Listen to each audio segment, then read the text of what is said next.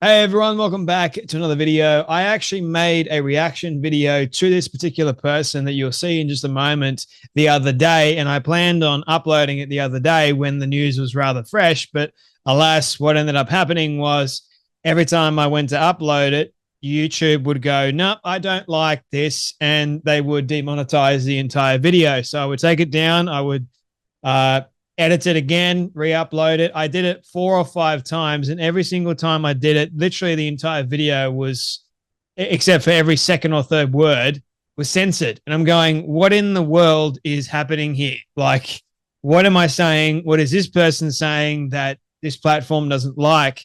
And then I'm just going, no, forget it. I'm going to redo it. And hopefully this time around, I'm not going to be censored into oblivion, because that is ludicrous. It's absurd.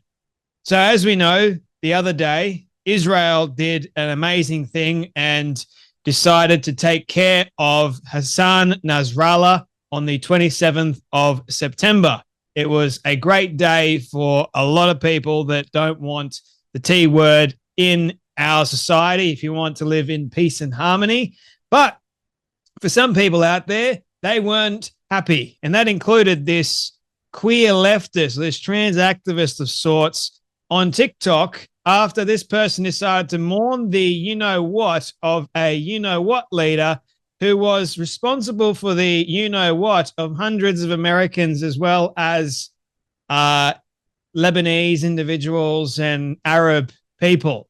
So this person is all in favor and all in support of this revolutionary movement known as the T-word movement. And the only reason why this person is saying this, by the way, is because they have the freedom and the liberty to do it. If this person was over where Hassan Nasrallah was, or in Gaza, or any of the other places that's going on at the moment, this person would not be allowed to say jack all. This person would not be allowed to voice any of the stuff this person is actually voicing. But nevertheless, it's allowed in the West for some reason. I think that is wrong and totally absurd, because number one, I think we should support Israel. That is the right thing to do. Israel has a right to defend itself. And yes, war is messy. Yes, war sucks. I hate it. I hate seeing innocent lives being lost as a result of all this. The fact is, we are on the precipice at the moment of World War III. That is clear as day. Iran decided to attack Israel. Now, Israel has this philosophy: if you attack us, we're going to hit you twice as hard. So be prepared, Iran, because you know what? This is not going to be a measurement of dicks in this case. Israel is going to wipe out Iran. Mark my words. They're not going to stop until Iran and all the other players, all the other T-word organizations out there, Israel's not going to stop until they're all wiped out. Israel has a right to defend itself, and you should be thanking them for taking out all of these T-word organizations and the leaders, literally cutting off all the heads on the snake, the Hydra, which the T-word organizations have been so clever and so good at actually creating.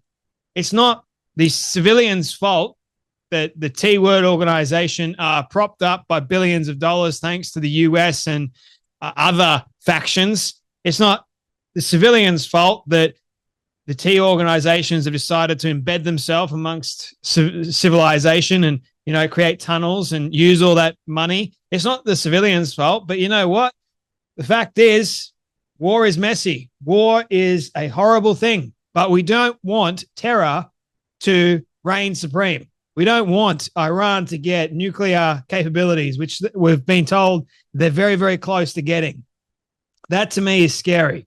Having a T-word individual with a nuclear bomb and nuclear capabilities in the West, and knowing full well what they want to do with it, a radical Islamic terrorist, ain't a good thing.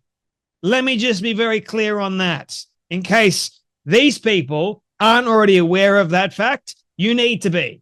This person needs to shut the hell up and go back to doing whatever this person was doing and not voicing this so-called resistance or concern for T-word organizations and people. It's absurd. Now, before I show you the video, I just want to point out the very fact that I have friends of mine that are Lebanese. They're beautiful people. They're not aggressive individuals at all. And I have friends of mine that have grown up in the places that Israel decided to bomb. And I've seen the devastation. I have seen my friends' hearts, and they are literally aching at the moment. And it hurts mine to see them and their hearts hurt as well, because I know many of them, they grew up in that particular part that was bombed, and it's no longer there anymore. So I can only imagine how they must be feeling and how they must be thinking at the moment. Like, we didn't deserve this. No, they didn't deserve it. But the problem is you have all these T-word people in your country, in your close proximity, and they're responsible for killing hundreds of individuals. So the unfortunate reality is these T-word people need to be dealt with. And unfortunately, civilian casualties, it's going to happen. Like World War II, it's the same thing. World War I, same deal. Vietnam, same deal. Am I saying that it's right? No, I'm not. But the problem is you don't want the other side to win. You don't want the other side, the T-word organizations, to take over, because their consequences will be far superior and far worse if they do. I'm just saying, just pointing that out. You want Israel to win. Yes, Israel is trying their very best. I know, bombing different places, it seems like it's rather extreme. I get it. But I don't want to see the T-word organization or the leaders taking over. Thank you very much. Or them to retaliate and carry out horrible acts of violence elsewhere. So have a watch of this queer leftist activist type rant and rave and get really angry and upset over what Israel did to Hassan Nasrallah. So Israel assassinates another leader. Will anybody fucking do anything? Will they continue to play victim? Will they continue to expect nothing in return? They have been trying to goad other countries into an all-out war for months, for years. The restraint these countries have shown. Israel dropped 85 bombs, each weighing 2,000 to 5,000 pounds, on Beirut last night to assassinate him. Long live the resistance. And just remember these images as Israel defends and justifies their actions. This is what they did to assassinate a man who, to be clear, has nothing to do with the hostages in Gaza. Let these images be seared into your mind. Yeah, clearly the restraint that these T-word organizations have shown has been unparalleled and unmatched to that of Israel.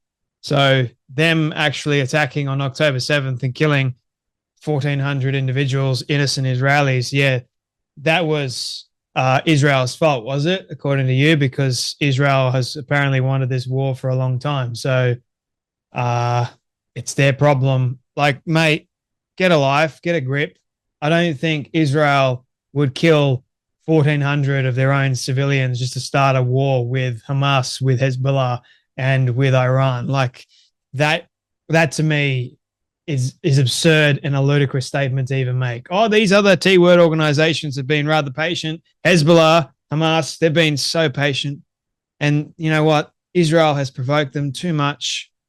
Like, come on, man. What is wrong with this person? This person doesn't really seem like an intelligent individual, if you ask me. Sympathizing and siding with the T-word organizations and people, that's problematic. Now, we saw the protests here in Australia with people actually waving the Hezbollah flag, and you had politicians and the like defending them, going, oh, it's just they're waving a flag. It's nothing wrong with that. It's okay.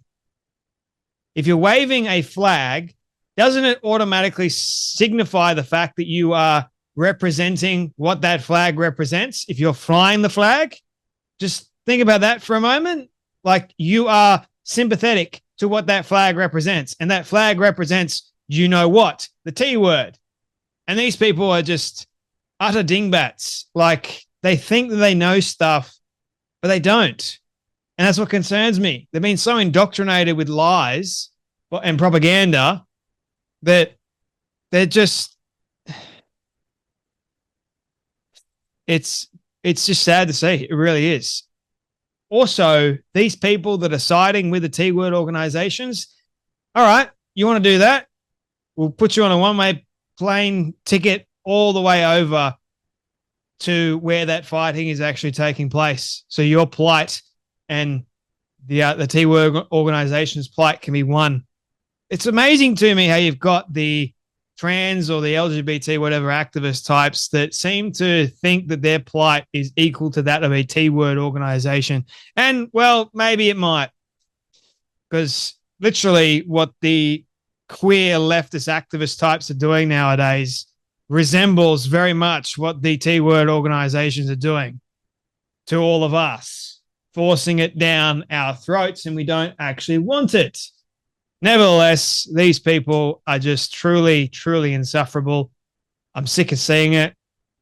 And they just need to learn sometimes to shut up in a nice kind of way. Anyway, my friends, thank you all so much for watching. You guys take care, be blessed, and I'll see you all in the next video.